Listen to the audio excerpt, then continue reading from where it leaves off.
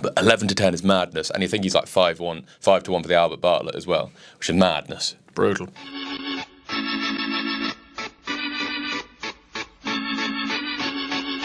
Hello and welcome back to the Let's Talk Racing YouTube channel for what's going to be the Dublin Racing Festival preview. Both days talked about every single race, as well as a look back on Cheltenham Trials Day last weekend. What an exciting period we're in, and it was so good to be at Cheltenham on Saturday. It was fantastic. It was a great day at Cheltenham. It got a little bit nippy towards the end, but had a fantastic time, and the Dublin Racing Festival, it always hits. Looking forward to going over, and you're coming over this year as well. I know, cannot wait. I missed it last year and I was gutted for that, but I'm going to be there both days. Cannot wait to get stuck into some unbelievable action, although that's not going to be the case in the Irish Arkle, which we'll get onto later. If you do enjoy this video, please hit that like button. If we can smash 500 likes, we didn't actually get there last week, which means we're not giving anything away. No, rollover. In this episode, but a rollover.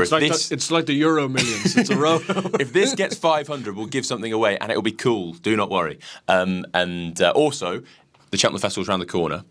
Just a warning, if you haven't got your tickets yet, the prices will increase on the 5th of Feb. So you need to buy them before the 5th of Feb. If not, they're going to be, I think, roughly gate price, which is about 20% more. Yeah, so fastest finger first. Yeah, there's a link down in the description. You can go and purchase your tickets there. But honestly, if you're thinking of going, save yourself a little bit of money, get them now. And then, hopefully you can have a pint or two more on the day. Right, let's talk about Cheltenham on Saturday. We had 8 races. It was interesting action, plenty of highs, plenty of lows as well, and interesting moving towards the Cheltenham Festival. The first race was a novice handicap chase. Did we see anything when it comes to Cheltenham here? Not particularly. Maybe a few horses that will turn up now in the Jack Richards novice handicap chase. Jordan Squash did well to win from where he was. Didn't think it was likely heading into the straight, but he's a progressive horse. Do I see him winning at the festival? No, I don't. What did you think of Maestro Conti in the Triumph Hurdle trial? I think he did what he had to do. He was very keen, and I think he did well to win considering he was keen. The Flyer is one horse town in the form. What do we make of that? He ran a very, very good race. Looked like he was going to win coming down to the last hurdle, but he'd been well beaten by Manella Study. Now, was that a day where he hasn't kind of shown his best? I thought he travelled with a lot more zest. He did. On Saturday. I do believe so. So actually, you look at his previous form, beating Precious Man at the Skeltons, and go, he's a very good, solid stick. I suppose that previous run just slightly blurs the lines for me. What did you think? Because you're a fan of the horse. Yeah, no, it was interesting. I did a talk in the morning on the Saturday, and clearly a few lads that had backed Maestro Conti that will be watching this as well came up and said they were really looking forward to seeing him. And he was a massive price. I think it was 3-1 in the morning. Yeah, I think he went off a little bit shorter than that. But what I found interesting was the ride that Harry Skelton gave him. Because jumping the last, I was kind of going, what's he doing? He's still waiting. Pick up. and then he went, and he did pick up. Yeah. So I do think that a faster run Triumph Hurdle, which he's going to get, will suit him. And they're clearly not going to ride him like that against really good horses, because if they ride him really patiently against one of Willie's, Narciso Has on Monge 2 out the front, he'll get beat, because they're not going to come back to him so quickly as One Horse Town did. So I don't really know. He did what he had to do, but I don't know how good he is. No, but I think it was a little bit of a growing trend with the Skelton horses on Saturday, though. Slightly odd rides, potentially other days in mind, and I think the one thing that Skelton is clearly doing this season is making sure that he has horses that are still ready to go to the well in the later part of the year when Willie Mullins will come in with his kind of customary surge and potentially be winning races at Cheltenham, winning races at Aintree. It feels like Skelton's got more put away and more that will be able to maintain their form for longer. What I would say when it comes to Maestro Conti, and I completely agree with that point, is I do think he's the best of the British. Yes. Yes, Manella Study beat One Horse Town further, but I'd back Maestro Conti to go and beat him. We don't know what Fantasy World... I don't know if he's running actually on Saturday. No, not so sure. Manella Study isn't running on Saturday. Isn't running. Why is that? He just missed one piece of work. He's going to the Victor Ludorum instead. Okay. So, hard to know. He obviously does. You look at that form of One Horse Down, and like if you were in his camp, you'd go, oh, well, that's been well franked. As I say, I would be with yourself. I would be a Maestro Conti fan ahead of him. I do believe just at this moment in time, though, that the English juveniles, as the market would suggest, are a little bit below the Irish. I completely agree with that. But Maestro Conti did what he had to do, and looking forward to seeing him next in the Triumph. The following race was a 2.5 mile handicap chase, and Donica just beat Jaguar. Now, I think maybe so far up until this point when we reviewed Cheltenham Trails Day, we've maybe not seen a Cheltenham Festival winner. Jaguar is going to be fascinating wherever he goes. He is. I don't know how he didn't win. It still baffles me. I'm watching the replays of the race going, because he was my nap, obviously, on the podcast. I'm thinking coming down the hill, yes. Thinking turning in, yes.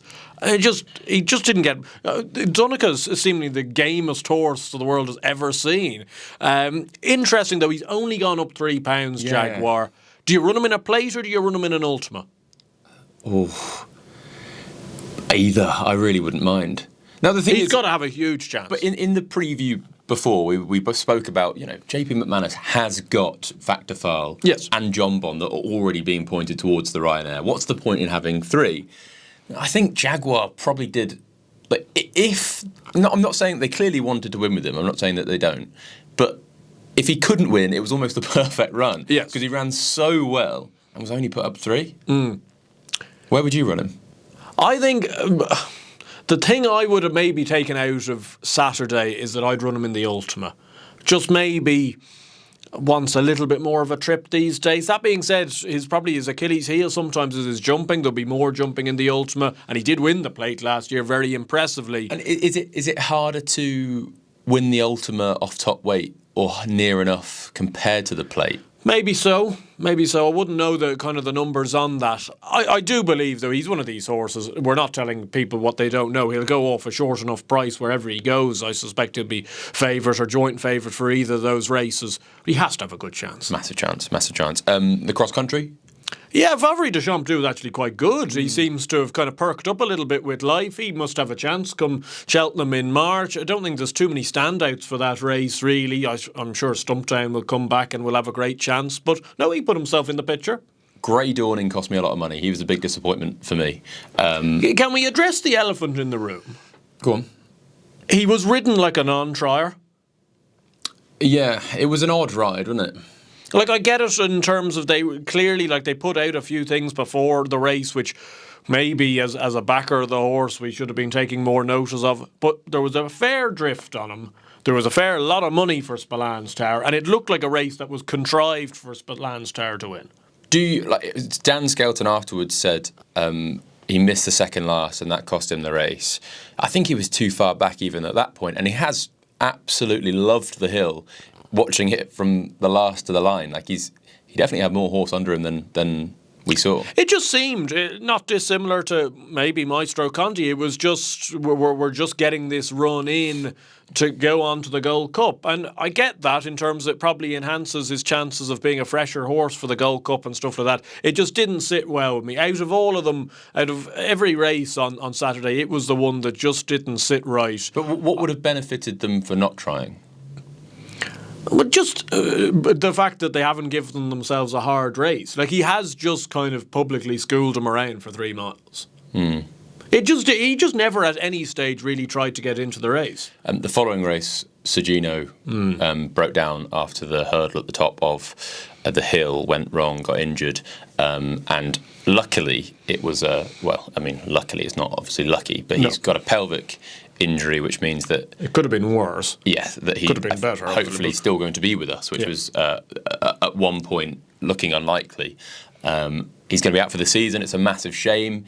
It's interesting for the champion hurdle, and I suppose it does bring Lossiemouth right back into that picture. What happens this weekend is going to be fascinating between her and Brighter Days Ahead, and I suppose it opens the door in a weird world for Constitution Hill to come back into it for Nicky Henderson. But gutted, because he was such a talented horse. And he's still with us, so hopefully we get to see him at some point. But maybe the chances of him being just as good when he comes back is going to decrease. Massive shame. But we can't dwell on that forever. And we do have to look at the race with how it was run and how it was won by the New Lion. And he beat Brentford Hope and the Mean Lion by not very far. What did you take from the 3 horses we saw finish?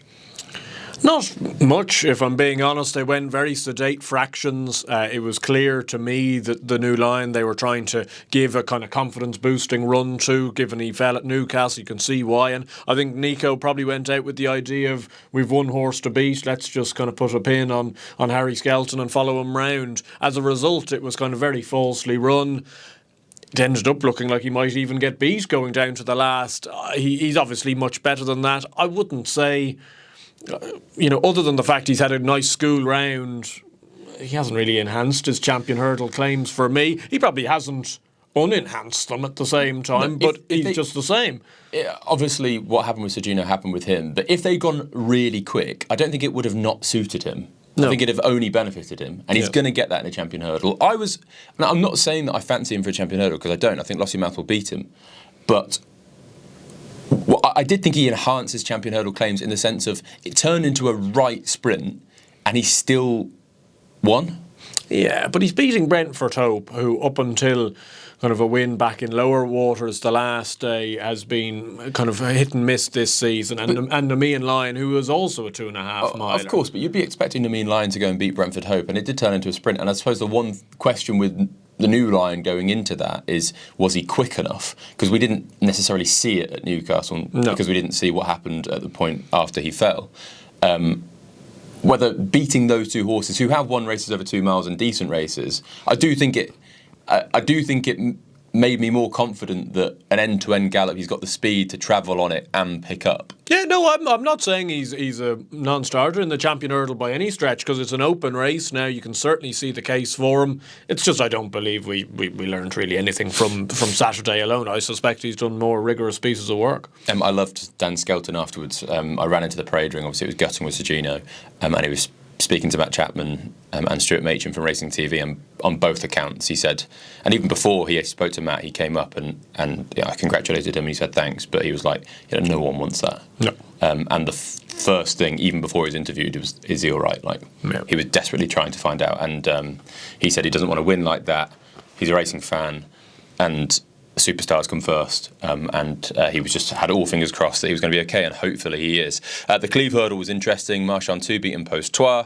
Dudley the Great was third. Marchand 2 looks a horse that just simply loves 3 miles around Cheltenham. He does, yeah. Not a bad place to love it as well. He has to come into the Stayers hurdle picture as maybe an outsider or an each-way squeak. He was very impressive there on Saturday. Jumps nicely. He's not an outsider price, though. Well, what price has he gotten into? I think he's about single figures, not too far away. Yeah, no, that's a bit on the skimpy side. I'd have thought Gordon Elliott was watching it breathing pretty easy, to be honest, with Tiupo and honesty policy back at home. A little bit disappointing with Impost Trois. Do you put it down to ground? Do you put it down to the fact maybe a stiff 3 miles at Cheltenham just slightly ebbs at his stamina? No, I don't. I think he's a proper stayer. Okay. I think they didn't go quick enough for him. Yeah, but that's plausible as well. And I think the ground, again, he wouldn't have loved that. No, I think the ground was more of an issue. I think the quicker they go, the more he'll be able to sit off the pace and travel into it and smuggle into it. Yeah. I don't think it's a stamina thing at all. Okay. Just don't think he was very good. Cryptic Jing won the AIS Novices Hurdle, beat Taurus Bay. How did Taurus Bay not win either? I know. That was like Jaguar all over again. It was... Cryptic Jim was very game and made a bad mistake at the last, but I thought Taurus Bay was winning every step of that race. And he didn't. No. That was disappointing. Don't think we've seen a Turner's horse in that race. No. Nice horses, though. I think they are nice horses. I think Cryptic Jing might be interesting at up to 3 miles at Aintree in the Grade 1. Yeah, and I think Taurus Bay over 2.5 at Aintree, flat track, speed horse. Has won at Aintree before. Has won at Aintree before. Yep. I read those. See all of that. What did you think of Doncaster on Saturday? Well, I enjoyed it thoroughly, mate. Look, it was a great day. A couple of Let's Talk Racing fans were in the Arkle bar cheering on a Paul Nolan double with me. It was all good fun. In being kind of honest about the two horses, I thought The Devil You Know was good. Probably enhances Dr. Steinberg's form, which is good news for me. I think he benefited from a pace collapse, to be honest. They went far too quick in the River Don. And then Feet of a Dancer, she's an awfully likeable mare. Very game, very tough. And she did well to pick up the Emmett Mullins horse out in front. She'll run in the Mayor's Hurdle now. Does she have a chance of coming third or fourth in the Mayor's Hurdle? Probably, but that's probably the best you could ask for. Do you think The Devil You Know can win the Albert Bartlett? I think he has to go and improve to beat Dr. Steinberg based on that Navan form. But I suppose the one thing you did learn from Doncaster is that he can sit off the pace of a decently run 3 miles, stay well, and hit the line very nicely. You know, he's 16 to 1, 14 to 1 for the race now. I'd say that's around right. I don't think it's a big price. I don't think it's... I think if he was bigger than that, it would be too big. But I think he's around where he should be. Yeah, I thought you were going to come in chest out going, here we go. But he was very good, and he was good. Absolutely loved it. But you've got to take these things into consideration, and I do believe the Riverdon looked a really good race on paper. It wasn't. But they got racing a mile out, and like I must say, it was one of those where Sean O'Keefe, who's obviously probably a top 10 jockey in Ireland, just made them look so amateur in front. You want to say this just was useless? No, I'd say if he didn't win this, he won't be finishing the first 10 of an Albert Bartlett. So the winner, no horse has won the Riverdon and won the Albert Bartlett in its existence. Yeah. 2 horses have won the Albert Bartlett that ran in it: Kilbrook and Storm and You Know What I Mean, Harry. 3 then. Stay Away Faye as well. Stay Away Faye. Country Code has won 2 Northern Novice Hurdles for Ruth Jefferson. The Last Cloud was stepping up to 3 miles from last being seen in the Formby, and Kiku La for Ben Pauling had won 2 races at Leicester. I don't think this was the strongest race in the world, and I think the Devil You Know, on what we'd seen with Dr. Steinberg, was entitled to win the way he did. Yeah. I think the price was wrong. Well, he was. In hindsight. Well, in hindsight, he was 5 to 1 kind of for the majority of the morning. Ended up going off a random 15 to 2. I completely agree. I think it wasn't necessarily the strongest race in the world. I do actually quite like that Country Code. I think he's an interesting horse, going for maybe a Sefton or something. But I think the Devil You Know's put himself in the frame of being a place chance in the Albert Bartlett. As always the case with those horses that I love for the Albert Bartlett, they do tend to come 3rd or 4th. Yeah, no. I wouldn't surprise me if he came 3rd or 4th, actually. That was our review, and I'm going to quickly move on to our preview because it definitely involves the first race at the Dublin Racing Festival. Right, now it's time to preview day 1 of the Dublin Racing Festival, and the first race is the Nathaniel Lacey Novices Hurdle over 2 miles and 6 furlongs. A race that we always love because it kicks off a brilliant weekend.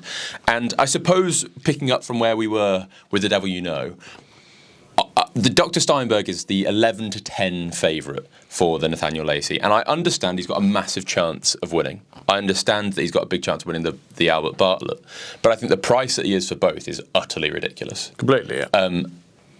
Like the Nathaniel Lacey, I know that the form that he's shown over hurdles is better than anything else in the race, but there are thorough stayers. He was a bang average bumper horse. He won a maiden hurdle very well, beating Frankie John, who's been beaten by plenty of horses. I think Calypso Chance beat him equidistant.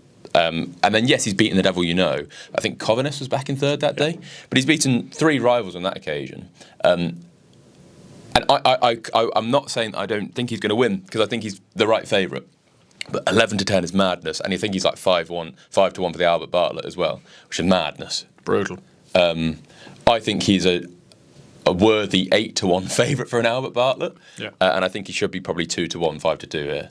But 11 to 10 is nuts. That's a brutal price, yeah. No, completely agree. He's going to end up going off a shorter price than Final Demand did in this race last year. And, like, I made the case for him in the Albert Bartlett, and I was very happy with the case I made. And 20 to 1 was brilliant, by the way. Yeah, but I came into, like, I was thinking at the time he'd run at the Nathaniel Lacey might be Willie's 2nd string. And, you know, you have a horse that might win a Turners or something in front of him, but he'd be Danny Mullins and he'd come 2nd or 3rd, and you think, this is great. He does nothing in a hurry. As I say, I wouldn't necessarily be wanting to take him on in this race because I'm just not sure it's one of the deepest races in the world. But 11 to 10 is awfully skinny. It's unbelievable. It is awfully skinny. Like, I would back him at 5 to 2. Yes. 9 to 4. Yeah, no, and I'm not in a rush to lay him at 11 to 10, but at the same time, you've just got to think there are certain things, you know, where you let sleeping dogs lie, and I think that price would be one of them. Tower Bridge won the race at 25 to 1. Commander of Fleet won it at 13 to 2. Latest Exhibition 7 to 2. Melakuna 11 to 1. Downton City 16 to 1. Like, this is a race that it doesn't necessarily go towards really short. It's got a bad record. Final Demand was 11 to 8. Yeah. And this, I suppose from you, I want to ask you, do you want him to win? Because it's a 50-50 that he even runs in the Albert Bartlett if he goes and wins. Yeah, this is my issue. I was talking to Jake about it, and I'm there going, like, you want him to win, yes. Wouldn't mind him being in a slog, though, or something with Kazansky or something equally slow that you're there going, he has to go up to the 3 miles. Because the problem is, if you do look at Willie Mullins at the moment, I don't think he has a single horse that you'd run in the Turners. Like, he's now got a few horses that may run in the Supreme, Leader Dallier, King Rasco Grey or something like that. I was looking at Punchestown on Monday. I was praying Dr. de Menil to win by 10 lengths because you're there going, they'll let him be that horse. He's been stuffed. So if this horse goes and wins this race by 5-6 lengths, he's going to end up in the Turners. He is, yeah. And I wouldn't fancy him in the Turners. No, it's going to be a horrible situation because if he goes and wins like an 11-10 shot should in a race like this, he will run in the Turners. Don't say And then you're not going to have an Albert Bartlett slip. And he won't win the Turners. But he's like... Final Demand should have been in the Bartlett last year. But Final Demand's got more pace than this fella does. He's just a grinder. I think he's a really good grinder. But he's a 3 mile horse all day for me. It's going to be a conflicting watch. Now, the reason why he is 11-10 is because the form in behind him in the betting isn't very strong. I think, is it Santo Sospe? Yeah, but why is Jack Kennedy not riding this horse? That's a bit of a worry. Sean Bowen was going over for Haiti Couleurs. Now, Haiti Couleurs isn't running, so he's picked up this spare. Does that mean Kazansky's now first string Gordon Elliott? Tackle Tommy Woo Woo is solid, but you'd be disappointed. Love Me Tender stepping up in trip. I think Jalon Duderies at the prices is probably... Yeah, I think he'll be in the 3 or 4. Yeah, he's got a chance. But this is why he's ending up 11-10. I understand it from that point of view, but like when it comes to the Albert Bartlett price, I think that's mental. Yeah. But it's just artificially cutting him because the form was enhanced. But like, the form was enhanced, but it didn't warrant him going from 14-1 into 5-1. So how do you see this race playing out? I'm hoping Dr. Steinberg wins and wins in a little bit of a tussle. I would think Kazansky's probably the most likely horse to give him a race. A strong stayer, won that Limerick race. It often works out quite well, beating County Final, who actually runs in the 3 mile handicap later in the card. So he would be the one that you would think has the most chance of putting it up to him. I'd be surprised if he won. Not a race I'll be having a massive play in. I know he was really disappointing last time and he's not been declared, but I actually wanted Calypso Chance to run here. I thought at stupid pricing was 40-50-1. I'd have a few quid on him. You love him. I didn't know. You just love the fact he's slow. Stayer, yeah. The 2 mile Spring Juvenile now comes next. Is it now? It's not even the Spring Juvenile anymore. It's the Gannon City Recovery and Recycling Services Juvenile Hurdle. Rolls off the tongue. Then. What a lovely race name. We can't criticise that. They've supported the race. What happens if it was the Stacey's City Recovery? You'd think it'd be fantastic. How good would that be? Should we all chip in for next year? Narciso Has, it's a 4-5 favourite. Monge 2, 100-30, despite beating Narciso Has when they last met. Selma De Vere is making her Irish Racecourse debut. Yep. Fascinating. Bertuti, who was very good at Limerick at Christmas, runs at 12-1, immediate effect. Barbizon at North Shore. It's very much, I think, between the top 4 in the market, probably even the top 2. Monge 2, Narciso Has. So much confidence behind Narciso Has reversing that form. Do you agree with it? Yes, but I think the prices are wrong, if that makes sense. I do believe Narciso Has will win, but they should be closer together in the mark. She gets more weight this time. She does. And she's 100-30. She shouldn't be that price. She shouldn't be that price. I wouldn't put... If you had a strong opinion in this race on either of the two, I wouldn't put you off one of those. No. I'm not going to have a bet myself, but... I'm going to be watching Barbizon. Okay. Very closely. Why is that? Third run. Fred Winder. The 3 mile handicap hurdle then comes next. County Final, as you mentioned, is favourite. A few interesting ones. Duke Silver, who won at Leopardstown at Christmas, also in there. Is there one that you fancied? Yeah, quite like St. Lefort for Philip Fenton. Niall Moore takes the ride. He's around 10-12-1. The horse has been crying up to go back up to 3 miles. He was third in a big handicap hurdle over Christmas, over 2.5 miles. Good stepping stone onto this. He has been a little bit of a nearly horse, and I've backed him a few times without success. But I do believe going up in trip will unlock improvement, and he's right at the foot of the weight, so I do like that. Completely can see the case for County Final. Graded novice form, coming into a handicap here, already has run in a handicap as well. I just thought he was short enough. People have already clocked onto him. There are 2 horses that we need to look for in this race with a point to the Martin Pipe. Yes. Wendrock is one. Yes. As is He Can't Dance. Yes. Both interesting. I'd much prefer Wendrock. Yeah, but Jigginstown, Gordon Elliott used Yep. this race to prep their Martin Pipe horses, and both of them are on interesting marks. The Irish Arkle sees 3. This is a bit disappointing, isn't it? Down Mexico Way, Cargis and Romeo Coolio. No Kopek de Board. I think rightfully so. There was a lot of people that felt hard done by this morning on Twitter, and I agree with them, because the team seemed so confident, even though he was so weak in the market at points, that he doesn't run. It's just a bit of a bad taste in the mouth. Because I think people were led and lured into thinking he would. But he was entered as well this morning. Like, he was entered and then they took him out. Yeah. Like, what's going on there? Has he stood on a stone between 9:30 and 10 to 10? I think it's because Willie just wasn't particularly sure he was ready to take on really good horses with his preparation. But now he's not really got anywhere to run. No, he's going to have to go straight there. Does he go to Warwick next week? No. He won't run at Warwick. I mean, Willie did run, is it Black Hercules in the 3 mile? Yeah, well, that's not today nor yesterday. That race isn't in existence anymore, is it? No, it's not, but I was going back thinking, is there any in chance? 2016, come on. They're just going to go there with one run. I'd rather have the experience and go to Warwick and beat Mambo. I feel it's unlikely. Yeah, look, it's awfully disappointing. Doesn't mean that it's much of a spectacle. I think Romeo Coolio will beat Cargis. I think he's just a superior horse. Really? Yeah, my thing is, my theory, and this could be completely wrong, and everyone can pile in. I thought if something came to Cargis at Christmas time, she was running on treacle in the final 100 yards. I think poor old James's gate fell at 3 out and unfortunately is no longer with us. I think he was going to give her a right race. I don't know.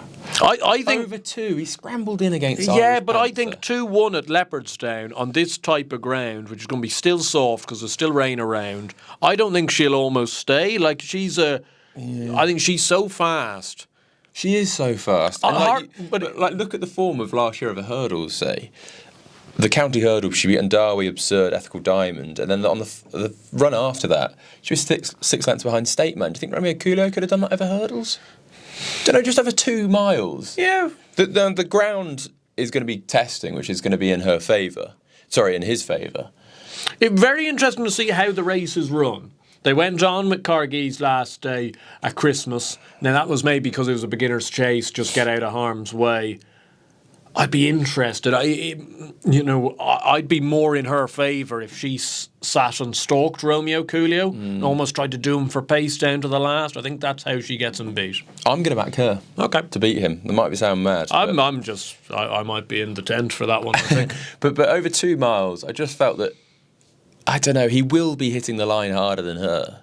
But she might just be a bit too quick for him. Yep. The 3 mile Paddy Power Irish Gold Cup. I won't be in the tent for this one. What a race. This is a stormer. Galopin Champs, Gaelic Warrior, Factor File, Affordale Fury, I Know the Way You're Thinking, Spindleberry. The Gold Cup winner is 10-1. Yeah. I Am Maximus, Grange Clare West, Champ Kylie, Lecky Watson, Monty Star, Firefox, Stella Story. The Outsider is a Grade 1 winner. Yeah. Willie really has gone. It's like that Michael Jordan thing with people saying that Gordon might win the Trainers' Championship, and I took that personally. He's running 8 or 9, it's unbelievable, like Grade 1 winners in this. Fascinating race. I hope Galopin Des Champs wins. Yeah. I think everyone will hope he wins. The only one I wouldn't. Well. I don't see it with Gaelic Warrior. What are they doing? Let's just say it. He hates the place. Yeah. I just don't see what they're achieving from this. I'd have gone straight to the Gold Cup with him. He'd had two pretty hard races. Factor File, I can understand they're maybe trying to get more of a kind of confidence boosting run into him after a poor run in the King George. Affordale Fury, I think, arguably is the overpriced horse almost, because I don't see any reason to suggest why he can't keep improving. And then the Gold Cup horse, like. What do we think? But it's even Keith Donoghue's back on. Like, is it going to be like Grey Dawning on Saturday and we're kind of scooting around? I'll try finish well. Like, but it's going to be interesting even with Spindleberry. Like, this is an odd prep for a mare's chase. Yeah. Well, I think it's owner of Spindlebury is convinced she should be running in the Gold Cup. Yeah. And I think Willie Mullins is going, whoa. This Mare's Chase is just there to be won. But I'd say this is the compromise. And like if she goes and wins this, she's going to have to run in the Gold Cup. But what a race. But we are all Team Galopin Des Champs, as I'm sure you are at home. Well, I hope you are. And even if you're not going to back him or you don't think he's going to win, your heart will be hoping Galopin Des Champs. Would it be 4 in a row? Yeah. Oh. 4 Irish Gold Cups. Could you imagine that? Place will be run over. I know. Jerry Hannon will be... poor fella. He won't have a voice by the end of it. He's going to spend all week writing that line, isn't it? But it's going to be some like, 4! The following race is the 2 mile 1 furlong Barberstown Castle Handicap Chase. Interesting. Any particular one that you liked? No, two that I'll be monitoring. One is More Coco. Willie Mullins, Sean Cleary Farrell was a little bit unlucky in the Dan Morwin run down late doors in second. I think he's still better than that. He might be improving, a younger horse in a handicap. And then one just more so possibly out of last year's Spirit, just on Pion Dargs in there 25-1. I don't have enormous levels of confidence in him, but he did win the race very, very impressively last year. I think the big thing for me is that Sean O'Keefe is riding him. If there was a claimer on him, I would have thought absolutely no chance, but he's a complicated ride. Sean gets on very well with him. If you had a fiver spare, he might be worth $250 each way. The bumper. No Willies in the bumper. No. I like Charles Burns in the bumper. Oh, ho, ho, ho. Go on. Rajuco Mack. Derek O'Connor takes the ride, won the race last year on Colcannon. This horse has just got very good form. Ballyfad form. Third behind Game of Inches last year. Good horse. Second behind Ballyfad. Travelled better than him. Beaten a half length. And then goes down in Limerick and wins. He's got a jockey upgrade. Derek O'Connor on. What more do people want? Charles Burns in the bumper when Willie doesn't have one. Yeah. So, it's interesting because Charismatic Kid, the very much the talk is that the number 1 Gordon Elliott bumper horses keep him company. Okay. So fascinating. I think Gordon's probably kicking himself a little bit that he didn't enter him. But I believe, would he have too many runs going into the festival? Possibly. He's ran a few times, doesn't he? I'm not too sure. But he's number 1. For that race, I think. So interesting to see how Charismatic Kid. Generous risk from the Gordon team. I know that he didn't win at Christmas, but I think he's the one that's massively overpriced at 22-1. I'm probably not going to have a bet because I just think that it's not the strongest race in the world, and I think in races like that, if you're going to have a bet in the bumper, especially the DRF, you want to be really confident. Yeah. So now we got to preview day 2 of the Dublin Racing Festival, and the first race is a 2 mile 2. Mare's Handicap Hurdle, and Only by Night has snuck in off 125. We're talking about an Arkle second. Yep. Over fences. I think she's rated 145 over fences. Yep. I mean, if she runs, she's a snip. She's a certainty. Wouldn't say she's a certainty, but she's got a favourites chance. I love this campaigning. Yeah. Because there probably wasn't anywhere to go between now and the Mare's Chase, was there? Well, you either run her in this or the Dublin Chase, I'd say. And this will be a more fair chance of winning this. You've got a fair test of stamina here, haven't you? As well, 2 mile 2, big field, they're going to go quick. I think that's possibly the reasoning behind it, yeah. At the same time, is that the reason that's probably the one reason I don't think she's a complete certainty. Yeah. 2 mile 2, be heavy ground on the hurdle track. Gluey ground. Well, I really fancy If she stays, she wins. If she stays, she wins. She was 5-1 the other day when I last looked, and you sniped that up. She's now 3-1 best price. That suggests to me like she's going to run. Yeah. Who do you fancy if it's not her? No, I didn't have an enormous say in the race because she's taking up an awful lot of the market, and one of those where you don't want to be clever and try to back 2 or 3 against her when it actually could be that obvious. And, sometimes you've just got to think either sit it out or potentially row in. The 2 mile 5 used to be Flogas, now the Ladbrokes Novice Chase comes next, and Final Demand is the 9-4 on favourite to beat Kate Dorhey. Western Fold's an interesting contender in here. Jimmy DeSoy, Kitzbühel's going to go to Sandown, so we won't see him. Romeo Cuda runs on the Saturday, so we won't see him. I think this race could cut up, but it'd be fascinating to see Final Demand and Western Fold go at it. Yeah, very much so. I think there'll only be the 3 or 4 runners really in the end. Final Demand should be winning this. And I'm hoping he just puts in a better better performance than Limerick. I know people were happy with him at Limerick. He's won a Grade 1 8 lengths. Hard to not be happy with him. But I would like to see just a little bit more spark. The Grade 1 2-mile novice hurdle comes next. In Talk to Talk, a Talk of the Talk is the 2-to-1 favourite after falling when very much going to be the winner over pretty much the same contest at the Christmas meeting. King Rasco Grey comes from Limerick.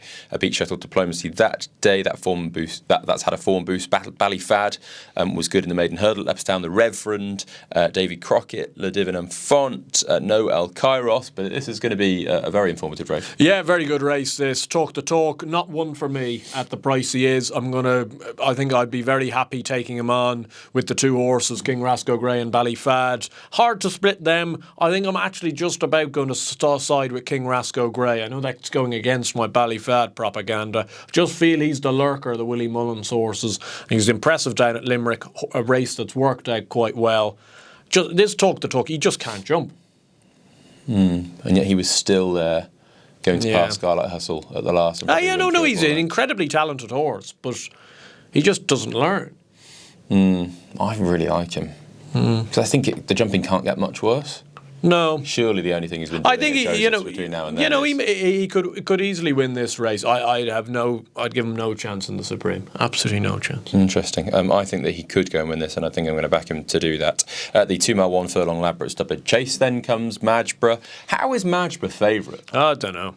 Marie National second favourite, Solness, Energamine, Founder 50. Is it because there's slight doubts that Marie National might not run? I'd say, yeah, and the soft ground in theory would suit Madgeborough the best out of the three of them. Solness is better on decent ground as well. But what have we seen from him this season to suggest he should be favourite? Absolutely none, Josh. Absolutely none. I would back Marie National if he runs. I completely agree. Marie National, I think, will win this and possibly win the Champion Chase if he runs in both.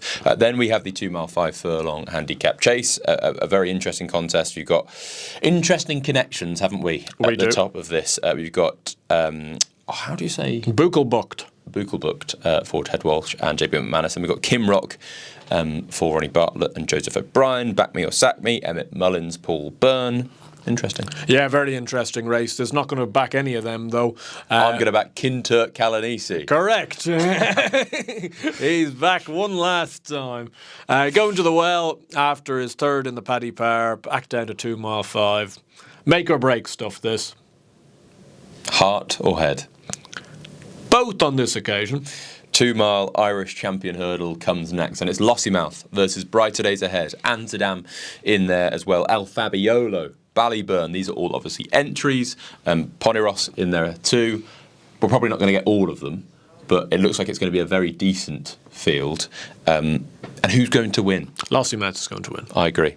Lossiemouth is going to win. I actually think, as well, quite roguely, I think Lossiemouth will beat Amsterdam. Really? Yeah. Why?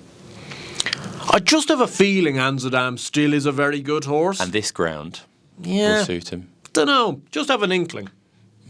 I think Lossiemouth will win. I want her to win, and I want her to run in the champion hurdle. Do the right thing. I think she'll win. I think she'll like the ground. And I think she'll confirm the form with Brighter Days Ahead. That's what I wanted to hear. Team Lossiemouth. And I love Brighter Days Ahead. You do. The 2-mile handicap hurdle then comes next. I started A Joke, A Dream to Share, Storm Heart. You'll be delighted with me here. I'm going for one of your perennial cliff horses there. Bunting? Yeah. Really? Yeah. Why? Just thought there was enough optimism in his run at Christmas time. I know that could be completely barking, and he's one of these teasers of a horse that always feels like you're going to get him right, and he never seems to actually go and do it. Gonna just give him one last go. Does Sea of Sands have a chance? I think he does, yeah. I agree. Yeah. I thought it was good performance beating Charles. Yeah. And yeah, he's a nice horse. He'll go on the ground as well. But it was a big price at 20s if he runs. Yeah, could see the two of them, yeah. Then we have the bumper, yeah. The final race of the Dublin Racing Festival, the Mares Bumper, the Grade 2 contest. And who is going to win? I hope Celestial Tune wins for the Coopers. Nice horse, won at Cheltenham at the November meeting on tacky ground. It's a deep race, though. Interesting to see how many actually stand their ground. But I really hope she does win. It would be nice for a smaller trainer to get a big winner. Is Wonderful Every Day completely gone? in your mind? Or can you forgive her and she'll improve for the run? Because she's clearly very talented. Yeah, I can completely forgive her. My worry was that it had gotten pretty bottomless ground the last day and she ran poor. Maybe she just wants a bit of nicer ground. Now, for me, the one that's massively overpriced is the Stuart Crawford trained at Royal Hillsborough. Because she's got plenty of experience. And the two horses that she's been beaten by this season, Keep 'em Company is Gordon's best, and then Old School Outlaw as well. I just thought the form was pretty solid. And she's 16, 20 to 1. So I thought, for me, I'm going to have a small bet on Royal Hillsborough in the last. Right, that was our preview. It's now time for the nap of the Dublin Racing Festival, or just your nap and next best. Kinturk Calanese as the nap is the next best. Okay. The nap. Yep. Gonna stick and be easy. Galopin Des Champs. Galopin Des Champs is the nap. Yeah. My next best is Talk the Talk. Yep. And my nap, if she runs, is Only by Night. Yep. I think that she's simply too good to be running off 125. I agree. There we go. We do hope you've enjoyed this video. If we can hit 500 likes, we'll give something away. And thank you very much for the continued support on our videos this season. It's warming up now. Spring isn't far away.